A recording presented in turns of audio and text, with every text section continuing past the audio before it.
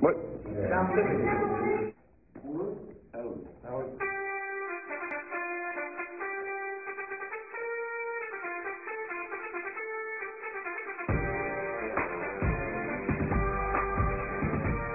You guys rolling? You good?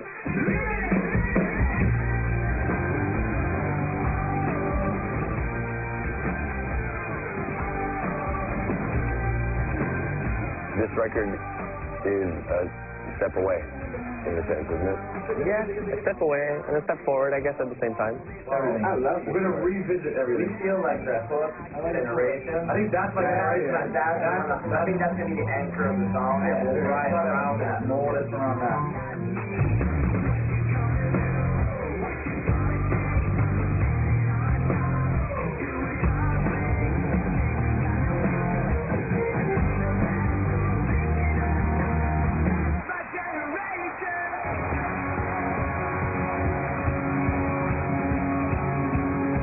Everybody, say yes!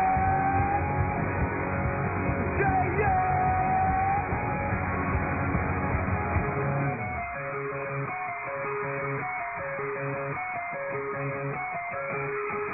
One, two, three, go!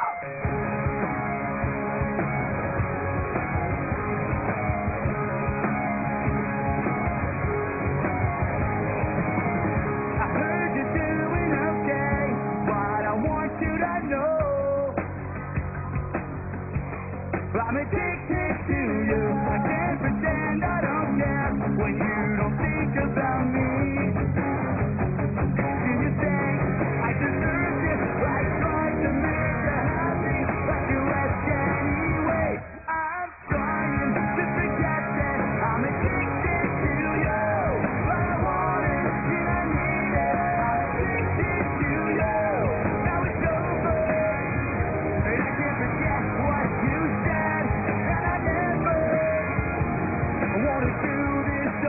You guys are one of the most successful bands of your generation. You've toured the world. You've sold more than 7 million albums.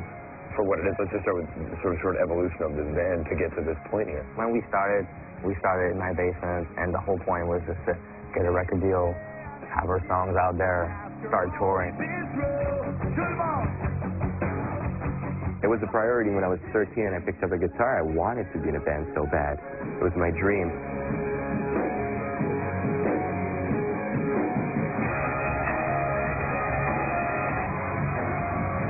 My cousin, he was playing guitar. He had this crazy BC riff, super metal, crazy shape, you know. Black, like enamel black. Yeah, my mom totally saw that I really liked it, and she got me an acoustic guitar, which I was bummed out about.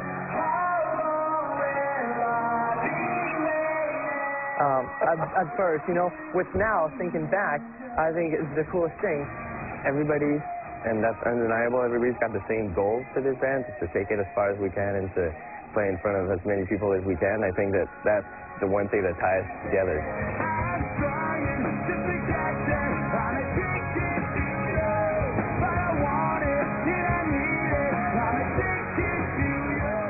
Last minute, my dad was like, screw this. I'm not working. I'm just going with you and we're taking my camper. And I'm like, don't say that. Like, don't say that unless you mean it, you know? And he meant it. And he came with us for a month and a half, and we pulled up with my parents' camper, and we were towing an old Mercedes that my dad had, because I don't know why they wanted me in the car too.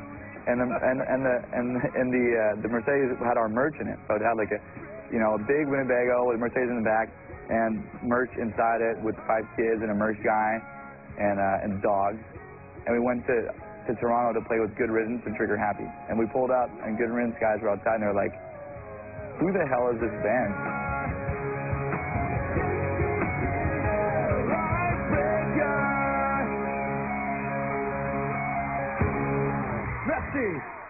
The idea that the band is in this position now, did you, I mean, you're the kind of guy in the band who sort of looks like you have the plan. Was this part of the plan?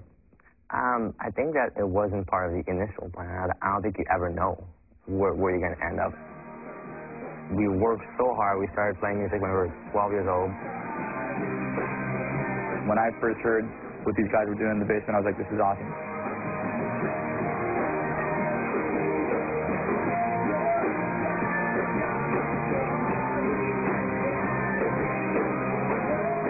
a little small Montreal band amongst a lot of bands that were singing in French. We wanted to sing in English to have like some kind of a worldwide career. I remember just telling people like, yeah, one day we're going to travel, we're going to go to Australia, Japan, and we're going to do all this stuff, and that was the plan.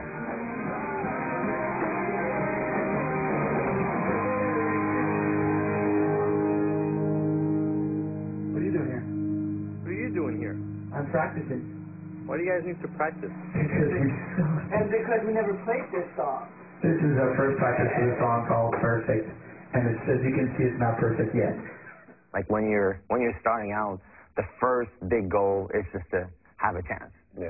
I think the first record was pure instinct. We had no clue what we were doing. Absolutely no clue. We are about to play some music for the people of the record company called Lava Atlantic. We knew that we kind of liked big choruses, big guitars, fast drums.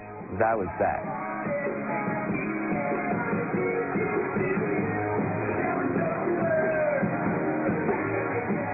I remember like the first day we ever came out, our record came out, and it was so humbling. We went to a store, like, so we have the camera, we're like gonna film it, and like they don't have a record in the store. You know, we looked everywhere, like, are you sure it came out today? And they didn't have it. And it's like, and from that day on, I remember thinking like, okay, it's not gonna be easy. We realized that you can't take anything for granted, even from day one with this band, because we toured for 9 months, 10 months, and nothing happened.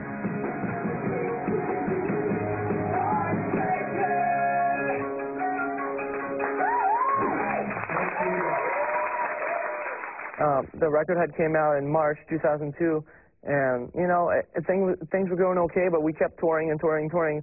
But by September, I think it was September 2002, we went to Japan. We got off the plane, and there was 100 Japanese fans waiting for us with gifts. So we were like, "Whoa, what's up?" You know? Konnichiwa, we're Simple Plan. It was so loud, we couldn't hear anything else. Like the crowd was screaming so hard.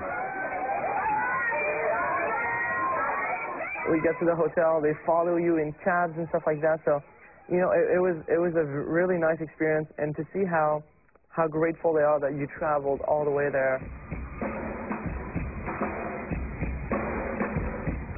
That was like, oh my God, well, we made it. But then you realize that it's only the beginning of the race.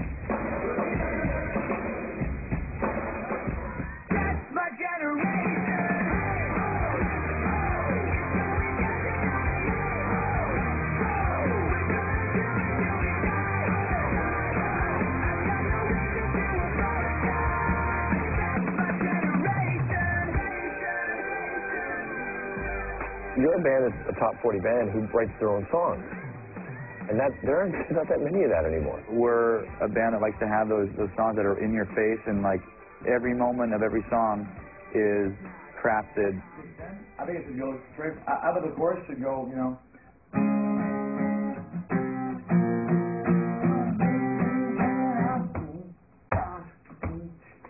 And that's like, God.